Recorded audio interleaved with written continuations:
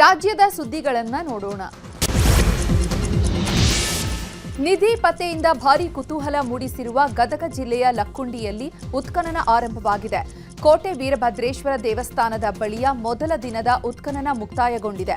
ಮೊದಲ ದಿನ ಕಾರ್ಮಿಕರು 1 ಅಡಿ ಮಣ್ಣು ಅಗೆದು ಬಳಿಕ ಮಣ್ಣು ಅಗೆದ ಜಾಗವನ್ನು ಕಾರ್ಮಿಕರು ಸ್ವಚ್ಛಗೊಳಿಸಿದರು. ನಾಳೆ ಬೆಳಿಗ್ಗೆ 8 ಗಂಟೆಗೆ ಮತ್ತೆ ಕಾರ್ಮಿಕರು ಉತ್ಖನನ ಆರಂಭಿಸಲಿದ್ದಾರೆ. ಹಂತಕ ಕಾಡಾನೆ ಸೆರೆಗೆ ಕಾರ್ಯಾಚರಣೆ ಆರಂಭವಾಗಿದೆ. ಹಾಸನ ಜಿಲ್ಲೆಯ ಬೇಲೂರು ತಾಲೂಕಿನ ಬೆಳ್ಳಾವರ ಗ್ರಾಮಕ್ಕೆ 5 ಸಾಕಾನೆಗಳು ಆಗಮಿಸಿದ್ದು ಡ್ರೋನ್ ಮೂಲಕ ಪುಂಡಾನೆ ಇರುವ ಜಾಗ ಪತ್ತೆ ಮಾಡಲಾಗಿದ್ದು ಕಾಡಾನೆ ಸೆರೆ ಹಿಡಿಯಲು ಕಾರ್ಯಾಚರಣೆ ಆರಂಭಿಸಲಾಗಿದೆ. ನ್ಯೂಸ್ 18 ಬ್ರೇಕ್ ಮಾಡಿದ್ದ ದ್ವಿತೀಯ ಪಿಯು ಪ್ರಶ್ನೆ ಪತ್ರಿಕೆ ಲೀಕ್ ವಿಚಾರದ ಬಗ್ಗೆ PU board director Bharath Selvam ಪ್ರತಿಕ್ರಿಯೆ ನೀಡಿದ್ದಾರೆ. ಜಿಲ್ಲಾ ಹಂತದ ಜೊತೆಗೆ ನೋಟಿಸ್ ಸೆಂಟರ್ಗೆ ಕಟ್ಟುನಿಟ್ಟಿನ ಸೂಚನೆ ಕೊಟ್ಟಿದ್ದೇವೆ. ಯಾವುದೇ ಘಟನೆ ಆದರೂ ಕಾನೂನಾತ್ಮಕವಾಗಿ ಸಂಬಂಧಪಟ್ಟವರ ಮೇಲೆ ಕ್ರಮ ತಗೋತೀವಿ. ಕಾಲೇಜಿನ ಆಡಳಿತ ವಿಧಾನ ಹೊರತುಪಡಿಸಿ ಯಾವುದೇ ಕಾಲೇಜು ಕಾನೂನು ಬಾಹಿರ ಚಟುವಟಿಕೆಯಲ್ಲಿ ಭಾಗಿಯಾದರೆ ಅಂತಹ ಕಾಲೇಜು ವಿರುದ್ಧ ಕ್ರಮ ಆಗುತ್ತೆ. ಇನ್ನು ಅನುದಾನಿತ ಕಾಲೇಜು ಕೂಡ ಲೀಕ್ನಲ್ಲಿ ಭಾಗಿಯಾದರೆ ಅವರ ವಿರುದ್ಧ ತನಿಖೆ ನಡೆಸಿ ಕ್ರಮ ಕೈಗೊಳ್ತೇವೆ ಅಂದಿದ್ದಾರೆ. ಅದರ ಜೊತೆ ಬಂದು ನೋಡಲ್ ಸೆಂಟರ್ ಹಂತಕ್ಕೇನೂ ನಾವು ಹೋಗಿ ಕ್ವೆಶ್ಚನ್ ಪೇಪರ್ಗೆ ಬಂದು ವಾಟರ್ ಮಾರ್ಕ್ ಹಾಕೋದು ಮುಖಾಂತರ ನಾಳೆ ಯಾವುದೇ ಒಂದು ಘಟನೆ ಆದರೂ ಸಹ ನಾವು ನೇರ ಜವಾಬ್ದಾರಿ ಫಿಕ್ಸ್ ಮಾಡಲಿಕ್ಕೆ ಅನುಕೂಲ ಆಗ್ತದೆ. ಅದು ಮಾತ್ರ ಇಲ್ಲದೇನು ಬಂದು ಈಗಾಗಲೇ ನಾವು ಫಸ್ಟ್ ಪ್ರಿಪರೇಟರಿಲಿ ನಾವೇನು ತಿಳ್ಕೊಂಡಿದ್ದೀವಿ ಅದೇ ರೀತಿ ಘಟನೆಗಳು 2ನೇ ಪ್ರಿಪರೇಟರಿ ಎಕ್ಸಾಮ್ಲಿ ಆಗದೇ ಅಂತಾಗ ನಾವು ಜವಾಬ್ದಾರಿ ಫಿಕ್ಸ್ ಮಾಡಿ ಇಲಾಖಾ ವತಿಯಿಂದ ಸುತ್ತೋಲನ್ನು ಸಹ ಹೊರಡಿಸ್ತೀವಿ. ಸೊ ಇವು ಕಾನೂನು ಕ್ರಮದಲ್ಲಿ ಹೇಳಿದರೆ ನಾಳೆ ಯಾವುದೇ ಒಂದು ಘಟನೆ ಆದರೂ ಸಹ ನಮ್ಮ ಇಲಾಖೆಯ ವತಿಯಿಂದ ಸರಿ ಮತ್ತು ಕಾನೂನಾತ್ಮಕವಾಗಿ ಸರಿ ಅದು ಯಾರು ಸಂಬಂಧಪಟ್ಟವರ ಮೇಲೆ ನಾವು ಜವಾಬ್ದಾರಿ ಫಿಕ್ಸ್ ಮಾಡಿ ಅವರ ಮೇಲೆ ಕ್ರಮ ತಗೊಳ್ಳಿಕ್ಕೆ ಇಲಾಖೆ ಸಜ್ಜಾಗಿದೆ. ಕಾಲೇಜಿನ ಆಡಳಿತ ವಿಧಾನವನ್ನು ಹೊರತುಪಡಿಸಿ ಯಾವುದೇ ಒಂದು ಕಾಲೇಜು ಈ ರೀತಿ ನಾವು ಕಾನೂನು ಬಾಹಿರ ಚಟುವಟಿಕೆಗಳಲ್ಲಿ ಪಾಲ್ಗೊಂಡಿದ್ದಾರೆ ಎಂದು ಕಂಡು ಬಂದರೆ ಅವರ ಮೇಲೆ ಇಲಾಖೆ ನಿಯಮಾನುಸಾರ ನಾವು ಕ್ರಮ ಕೈಗೊಳ್ಳ ಹಂತದರ ಜೊತೆ. ಆರ್ಸಿಬಿ ಅಭಿಮಾನಿಗಳಿಗೆ ಗುಡ್ ನ್ಯೂಸ್ ಸಿಕ್ಕಿದೆ. ಚಿನ್ನಸ್ವಾಮಿ ಕ್ರೀಡಾಂಗಣದಲ್ಲಿ ಐಪಿಎಲ್ ಪಂದ್ಯಕ್ಕೆ ಸೂಕ್ತ ವ್ಯವಸ್ಥೆ ಕಲ್ಪಿಸಲು ಕೆಎಸ್ಸಿಎಗೆ ಆರ್ಸಿಬಿ ಮನವಿ ಮಾಡಿದೆ.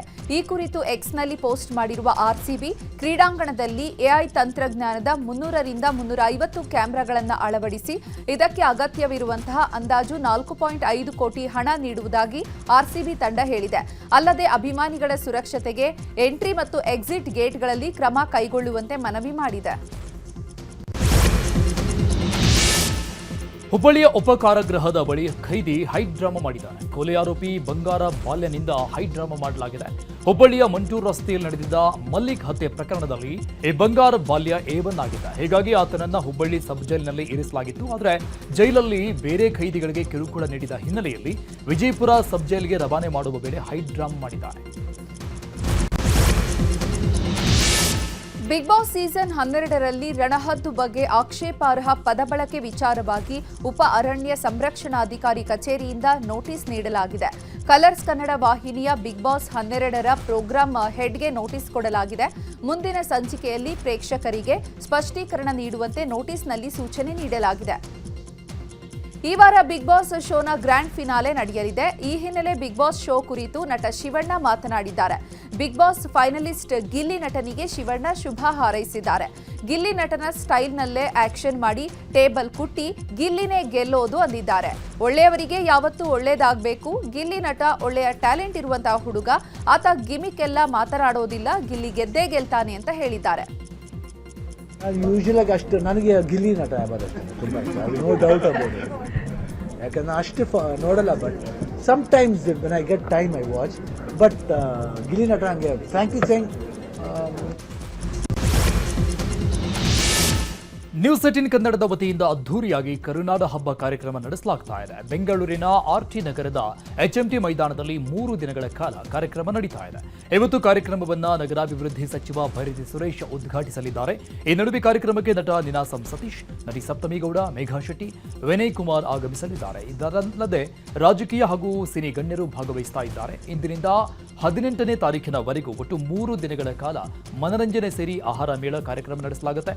ಇನ್ನು ಕಾರ್ಯಕ್ರಮದಲ್ಲಿ ಕಾಮಿಡಿ ಶೋ, ಚಿತ್ರಕಲಾ ಸ್ಪರ್ಧೆ, ಗೇಮ್ಸ್, ಫ್ಯಾಷನ್ ಶೋ, ಅಡುಗೆ ಸ್ಪರ್ಧೆ, ರಂಗೋಲಿ ಸ್ಪರ್ಧೆಗಳನ್ನು ನಡೆಸಲಾಗುತ್ತೆ. ನೀವು ಕೂಡ ನಿಮ್ಮ ಕುಟುಂಬದ ಜೊತೆ ಬಂದು ಕಾರ್ಯಕ್ರಮದಲ್ಲಿ ಭಾಗವಹಿಸಿ. ಬೇಸಿಕಲಿ ಪ್ಲಾಟೆಡ್ ಡೆವಲಪ್ಮೆಂಟ್ಸ್ ಮಾಡ್ತಿರ್ತೀವಿ. ಸೊ ಸಾಮಾನ್ಯ ಪ್ರಜೆಗಳೆಲ್ರಿಗೂ ಉಪಯೋಗ ಆಗಲಿ ಅಂತ ಹೇಳ್ಬಿಟ್ಟು ನಾವು 3 ವರ್ಷ ಟೈಮ್ ಕೊಡ್ತೀವಿ. 3 ವರ್ಷ ಟೈಮಲ್ಲಿ ಅವರು 6 ತಿಂಗಳಿಗೂ ಒಂದೊಂದು ಕಂತು ಥರ ಪೇ ಮಾಡ್ಕೊಂಡು ಲೋನ್ಗೆ ಹೋಗಿ ಇಂಟ್ರೆಸ್ಟ್ ಪೇ ಮಾಡೋದು ಎಲ್ಲ ಏನೂ ಇಲ್ಲ. 3 ವರ್ಷದಲ್ಲಿ 5-5 ತಿಂಗಳ 6-6 ತಿಂಗಳಿಗೆ ಒಂದೊಂದು ಕಂತಾಗಿ ಪೇ ಮಾಡಿಕೊಂಡು ಅವ್ರಿಗೂ ಒಂದು ಮನೆನ ಸ್ವಂತ ಮಾಡ್ಕೋಬೋದು. ಬೇಸಿಕಲಿ ಪ್ಲಾಟ್ ಸೈಟ್ ಖರೀದಿಸಬೇಕು ಎಂಬ ಆಸೆ ಇದೆಯೇ? ಬೆಂಗಳೂರು ಹೊರವಲಯದಲ್ಲಿ ಸೈಟ್ ಖರೀದಿ ಪ್ಲಾನ್ ಮಾಡ್ತಾ ಇದ್ದೀರಾ? ದೊಡ್ಡಬಳ್ಳಾಪುರದಲ್ಲಿ ಸೈಟ್ ಖರೀದಿಸೋ ಯೋಜನೆ ಇದ್ರೆ ಶುಭ ಸುದ್ದಿ.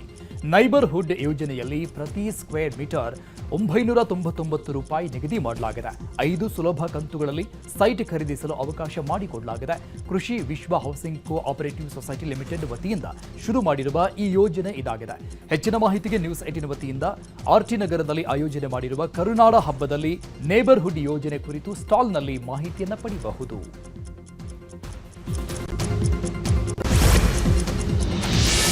ಪವಿತ್ರ ಗೌಡಗೆ ಮನೆಯೂಟ ನೀಡಲು ಕೋರ್ಟ್ ಆದೇಶ ಮಾಡಿತ್ತು.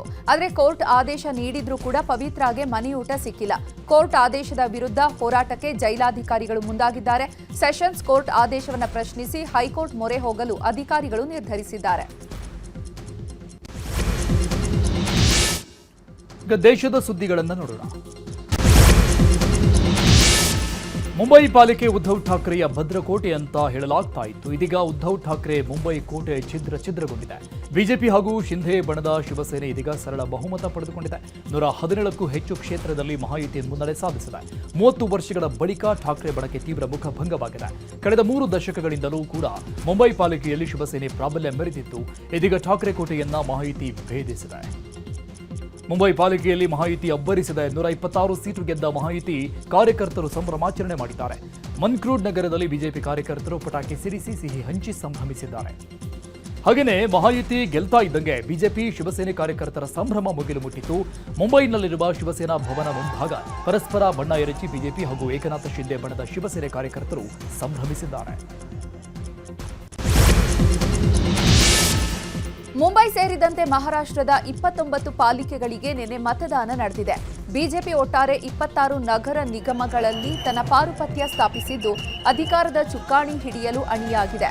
ಉದ್ಧವ್ ಠಾಕ್ರೆ, ಶಿವಸೇನಾ, ಕಾಂಗ್ರೆಸ್ ಮತ್ತು ಇತರರು ತಲಾ 1 ನಗರ ನಿಗಮದಲ್ಲಿ ಅಧಿಕಾರದ ಚುಕ್ಕಾಣಿ ಹಿಡಿಯುವತ್ತ ಮುಂದಡಿ ಇಟ್ಟಿದೆ. ಇನ್ನು ಎನ್ಸಿಪಿ ಮಾತ್ರ ಎಲ್ಲೂ ತನ್ನ ಪಾರುಪತ್ಯ ಸ್ಥಾಪಿಸಿಲ್ಲ. ಪತ್ರಕರ್ತೆ ಗೌರಿ ಲಂಕೇಶ್ ಕೊಲೆಯ ಆರೋಪ ಹೊತ್ತಿರುವ ಶ್ರೀಕಾಂತ ಪಂಗಾರ್ಕರ್ ಕೂಡ ಸ್ಥಳೀಯ ಸಂಸ್ಥೆಗಳ ಚುನಾವಣೆಯಲ್ಲಿ ಸ್ಪರ್ಧೆ ಮಾಡಿದ್ರು. ಜಲ್ನಾ ಮುನ್ಸಿಪಲ್ ಕಾರ್ಪೊರೇಷನ್ಗೆ ಸ್ವತಂತ್ರ ಅಭ್ಯರ್ಥಿಯಾಗಿ ಶ್ರೀಕಾಂತ್ ಸ್ಪರ್ಧಿಸಿ ಗೆಲುವು ಸಾಧಿಸಿದ್ದಾರೆ. ಅಭಿಮಾನಿಗಳ ಜೊತೆ ಶ್ರೀಕಾಂತ್ ತಮ್ಮ ಗೆಲುವನ್ನು ಸಂಭ್ರಮಿಸಿದ್ದಾರೆ. ಇತ್ತ ಜಲಗಾಂವ್ನಲ್ಲಿ ಒಂದೇ ಕುಟುಂಬದ 3 ಚುನಾವಣೆಯಲ್ಲಿ ಗೆಲುವು ಸಾಧಿಸಿದ್ದಾರೆ. ಲಲಿತ್ ಕೊಹ್ಲೆ, ಸಿಂಧು ತಾಯಿ ಕೊಹ್ಲೆ, ಪಿಯೂಷ್ ಕೊಹ್ಲೆ ಚುನಾವಣೆಗೆ ಸ್ಪರ್ಧೆ ಮಾಡಿದ್ರು. ನಕಲಿ ಕಾಲ್ ಸೆಂಟರ್ ಪ್ರಕರಣದಲ್ಲಿ ಏಕನಾಥ ಶಿಂದೆ ಆಪ್ತ ಲಲಿತ್ ಕೊಹ್ಲೆ ಜೈಲು ಪಾಲಾಗಿದ್ರು. ಜೈಲಿನಿಂದಲೇ ಈ ಬಾರಿ ಚುನಾವಣೆಗೆ ಸ್ಪರ್ಧೆ ಮಾಡಿದ್ರು. ಮುಂಬೈ ಎಲೆಕ್ಷನ್ನಲ್ಲಿ ಕಾಂಗ್ರೆಸ್ಗೆ ಹಿನ್ನಡೆಯಾಗಿದೆ. ಈ ಮಧ್ಯೆ ವೋಟ್ ಚೋರಿ ನಡೆದಿದೆ ಅಂತ ಕಾಂಗ್ರೆಸ್ ಮುಖಂಡ ರಾಹುಲ್ ಗಾಂಧಿ ಪೋಸ್ಟ್ ಮಾಡಿದ್ದಾರೆ. ಎಕ್ಸ್ನಲ್ಲಿ ಪೋಸ್ಟ್ ಮಾಡಿರುವ ಅವರು ಮತದಾರರಿಗೆ ಹಾಕಿರುವಂತಹ ಇಂಕ್ ಗುಣಮಟ್ಟ ಕಳಪೆಯದ್ದಾಗಿದೆ. ಸುಲಭವಾಗಿ ಅಳಿಸಬಹುದಾದಂತಹ ಇಂಕ್ ಬಳಸಿದ್ದಾರೆ. ಚುನಾವಣೆಯಲ್ಲಿ ವೋಟ್ ಚೋರಿ ನಡೆದಿದೆ. ಪ್ರಜಾಪ್ರಭುತ್ವದ ಮೇಲೆ ನಂಬಿಕೆ ಕುಸಿದಿದೆ ಅಂತ ಅವರು ಹೇಳಿದರು. ಇನ್ನು ಮಹಾಯುತಿ ಗೆಲುವಿನ ಬಗ್ಗೆ ಎಕ್ಸ್ನಲ್ಲಿ ಪೋಸ್ಟ್ ಹಾಕಿ ಸಿಎಂ ಸಿದ್ದರಾಮಯ್ಯ ಆಕ್ರೋಶ ವ್ಯಕ್ತಪಡಿಸಿದ್ದಾರೆ. ಇದು ವೋಟ್ ಚೋರಿ ಕಥೆಯ ಮತ್ತೊಂದು ತೊಂದರೆದಾಯಕ ಅಧ್ಯಾಯ. ಪ್ರತಿಯೊಂದು ಮತವೂ ಪವಿತ್ರವಾಗಿದ್ರೆ, ಅದರ ರಕ್ಷಣೆಗಳು ನಿಜವಾಗಿದ್ರೆ ಮಾತ್ರ ಪ್ರಜಾಪ್ರಭುತ್ವ ಉಳಿಯುತ್ತೆ. ಆದರೆ ಅಳಿಸುವಂತಹ ಶಾಯಿ ಬಳಕೆ ಮಾಡಲಾಗಿದೆ. ಇದು ಚುನಾವಣಾ ವಿಶ್ವಾಸಾರ್ಹತೆಯ ಬಗ್ಗೆ ಗಂಭೀರ ಕಳವಳವನ್ನ ಮೂಡಿಸುತ್ತದೆ ಅಂತ ಮಾರ್ಮಿಕವಾಗಿಯೇ ಪೋಸ್ಟ್ ಹಾಕಿದ್ದಾರೆ. ಮುಂಬೈ ಪಾಲಿಕೆಯಲ್ಲಿ ಮಹಾಯುತಿ ಗೆದ್ದು ಬೀಗಿದೆ. ಈ ಬಗ್ಗೆ ಬೆಳಗಾವಿ ಮುಗಳಖೋಡದಲ್ಲಿ ಬಿಜೆಪಿ ರಾಜ್ಯಾಧ್ಯಕ್ಷ ವಿಜಯೇಂದ್ರ ಮಾತನಾಡಿ, ಇಡೀ ದೇಶದಲ್ಲಿ ದಿನೇ ದಿನೇ ಮೋದಿಯವರ ಜನಪ್ರಿಯತೆ ಹೆಚ್ಚುತ್ತಿದೆ. ಅದರ ಪರಿಣಾಮವೇ ಮಹಾರಾಷ್ಟ್ರದಲ್ಲಿ ಗೆಲುವು ಸಾಧಿಸಲು ಸಾಧ್ಯವಾಗಿದೆ ಎಂದಿದ್ದಾರೆ. ಹಾಗೆ ಕೊಪ್ಪಳದಲ್ಲಿ ಛಲವಾದಿ ನಾರಾಯಣಸ್ವಾಮಿ ಮಾತನಾಡಿ, ಇದು ವೋಟ್ ಚೋರಿಯಲ್ಲ, ಇದು ದಿಲ್ ಚೋರಿ. ಮುಂಬೈನಲ್ಲಿ ಶಿವಸೇನೆ ಮತ್ತು ಕಾಂಗ್ರೆಸ್ ನಿರ್ನಾಮವಾಗಿದೆ ಎಂದಿದ್ದಾರೆ. ಬಿಜೆಪಿಯ ನೂತನ ರಾಷ್ಟ್ರೀಯ ಅಧ್ಯಕ್ಷರ ಆಯ್ಕೆ ಪ್ರಕ್ರಿಯೆಗೆ ದಿನಾಂಕ ನಿಗದಿಯಾಗಿದೆ. ಬಿಹಾರದ ಯುವ ನಾಯಕ ನಿತಿನ್ ನಬೀನ್ ಅವರು ಈ ಉನ್ನತ ಜವಾಬ್ದಾರಿಯನ್ನು ವಹಿಸಿಕೊಳ್ಳುವುದು ಬಹುತೇಕ ಖಚಿತವಾಗಿದೆ. ಜನವರಿ 19ಕ್ಕೆ ನಾಮಪತ್ರ ಸಲ್ಲಿಕೆ ಹಾಗೂ ಜನವರಿ 20ಕ್ಕೆ ನೂತನ ಅಧ್ಯಕ್ಷರ ಘೋಷಣೆ ನಡೆಯಲಿದೆ. ಮಕರ ಸಂಕ್ರಾಂತಿ ಹಬ್ಬದ ಹಿನ್ನೆಲೆ ಅಳಿಯನಿಗೆ ಮಾವನ ಮನೆಯವರು ಬರೋಬ್ಬರಿ 158 ಬಗೆಯ ವಿವಿಧ ಖಾದ್ಯದ ಊಟ ಬಡಿಸಿದ್ದಾರೆ. ಆಂಧ್ರಪ್ರದೇಶದ ಗುಂಟೂರಿನಲ್ಲಿ ಘಟನೆ ನಡೆದಿದ್ದು, ಮಗಳ ಮದುವೆಯಾದ ಮೇಲೆ ಬಂದಂತಹ ಮೊದಲ ಸಂಕ್ರಾಂತಿ ಹಬ್ಬವಾಗಿದ್ದರಿಂದ ಅಳಿಯನಿಗೆ ಮಾವನ ಮನೆಯಿಂದ ಭರ್ಜರಿ ಸತ್ಕಾರ ಮಾಡಲಾಗಿದೆ. ಈಗ ವಿದೇಶದ ಪ್ರಮುಖ ಸುದ್ದಿ ನೋಡೋಣ. ಪಾಕಿಸ್ತಾನದ ಖೈಬರ್ ಪಖ್ತೂನ್ಖ್ವಾ ಪ್ರಾಂತ್ಯದಲ್ಲಿ ಭಯೋತ್ಪಾದಕರನ್ನ ಮಟ್ಟ ಹಾಕಲು ಭರ್ಜರಿ ಕಾರ್ಯಾಚರಣೆ ನಡೆದಿದೆ. ಕಾರ್ಯಾಚರಣೆಯಲ್ಲಿ 13 ಮಂದಿ ಭಯೋತ್ಪಾದಕರನ್ನ ಹತ್ಯೆ ಮಾಡಲಾಗಿದೆ. ಜನವರಿ 13 ಹಾಗೂ ಜನವರಿ 14ರಂದು ರಾತ್ರಿ ಸಮಯದಲ್ಲಿ ಪಾಕ್ ಭದ್ರತಾ ಪಡೆಗಳು ಕಾರ್ಯಾಚರಣೆ ನಡೆಸಿದ್ದು 2 ಪ್ರತ್ಯೇಕ ಕಾರ್ಯಾಚರಣೆಗಳಲ್ಲಿ ಟಿಟಿಪಿ ಗುಂಪಿನ 13 ಮಂದಿ ಸದಸ್ಯರನ್ನ ಹತ್ಯೆಗೈಯಲಾಗಿದೆ. ವೆನೆಜುವೆಲಾದ ನಾಯಕಿ ಮರಿಯಾ ಕೊರಿನಾ ಮಚಾಡೋ ತಮ್ಮ ನೊಬೆಲ್ ಶಾಂತಿ ಪ್ರಶಸ್ತಿ ಪದಕವನ್ನ ಅಮೆರಿಕ ಅಧ್ಯಕ್ಷ ಡೊನಾಲ್ಡ್ ಟ್ರಂಪ್ಗೆ ನೀಡಿದ್ದಾರೆ. ಇದು ಸ್ವಾತಂತ್ರ್ಯದ ಬದ್ಧತೆಗೆ ಗೌರವ ಎಂದು ಮಚಾಡೋ ಹೇಳಿದ್ದು, ಟ್ರಂಪ್ ಸಹ ಮಚಾಡೋ ನಡೆಯನ್ನ ಶ್ಲಾಘಿಸಿದ್ದಾರೆ. ಇನ್ನು ಟ್ರಂಪ್ ಈ ಪದಕವನ್ನ ತಮ್ಮ ಬಳಿಯೇ ಉಳಿಸಿಕೊಳ್ಳಲು ನಿರ್ಧರಿಸಿದ್ದಾರೆ. ವೈಟ್ ಹೌಸ್ನಲ್ಲಿ ಅದನ್ನ ಖಚಿತವಾಗಿ ಇಟ್ಟಿದ್ದಾರೆ. ಬಾಂಗ್ಲಾದೇಶದಲ್ಲಿ ಹಿಂದೂಗಳ ಮೇಲೆ ದಾಳಿ ಮುಂದುವರೆದಿದೆ. ಗೋವಾಯಿ ಘಾಟ್ ಪ್ರದೇಶದಲ್ಲಿ ಹಿಂದೂ ಒಬ್ಬನ ಮನೆಗೆ ಕಿಡಿಗೇಡಿಗಳು ಬೆಂಕಿ ಹಚ್ಚಿದ್ದಾರೆ. ಬೀರೇಂದ್ರ ಕುಮಾರ್ ದೇ ಅನ್ನೋರ ಮನೆಗೆ ಬೆಂಕಿಗೆ ಆಹುತಿಯಾಗಿದೆ.